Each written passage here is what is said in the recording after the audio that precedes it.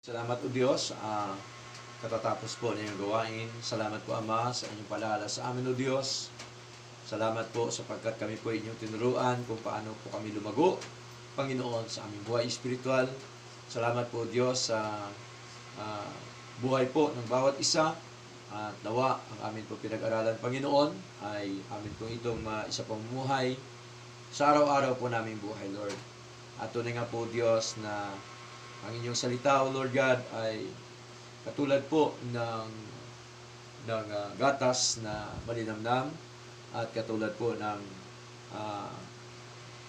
pulot-pukyutan na matamis, O Lord God. Salamat po sa inyong pagtuturo, sa inyong paalala sa amin, Panginoon, na sa aming mabuhay, Lord, napakahalaga na kami po ay magpatuloy sa paglilingkod sa inyo, na kami po ay patuloy na lumago espiritual, na patuloy namin malalaman, matutunan na marami pa sa aming buhay, Lord, ang inyong mga aral po, Diyos. Alam po namin, Lord, na ang pag-aaral ay walang katapusan habang kami po ay nabubuhay sa mundong ito.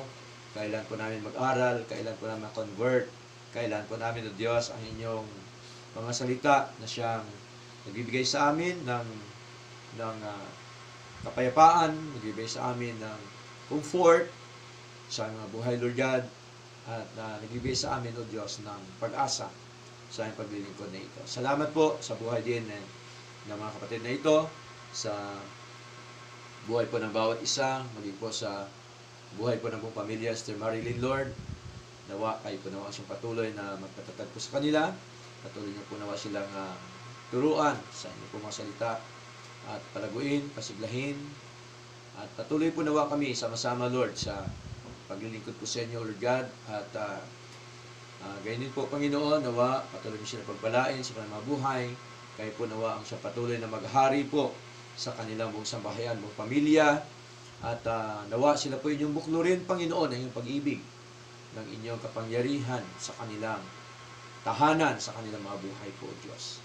Nawa ang tahanan po ito, kayo po ang mag-bless, kayo po magpala, at bawat isa sa kanila, Panginoon, kayo po mag-ingat, iligtas po naman sila sa anumang kapahamakan, sa masamang kamay ng mga tao, at ganyan po, Diyos, sa pagtatrabaho po ni Brother A.G. Lord, kayo din po naman siya manguna, at magbigay ng kalakasan, kasiglahan, at katalinuhan, kaalaman, O Lord God, na galing po sa inyo.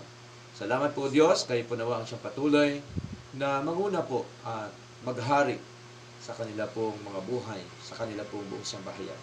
Salamat din po sa buhay po ni Sister Gretchen.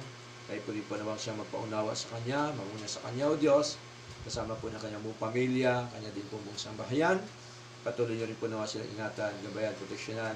Maging po sa buhay po Sister Agnes, Lord, patuloy mo siyang bigyan ng katsagaan, kasipagan, na patuloy po na sumusuporta sa inyong gawain, at patuloy mo siyang pangunahan, pagpalain din sa kanyang buhay, O Lord. Salamat po.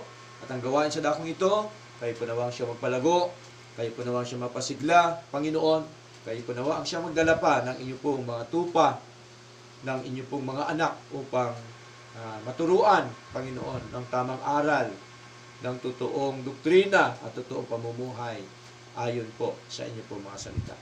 Salamat po, Diyos, at tunay nga po na ang lahat pong ito ay amin pong pinapasalamatan.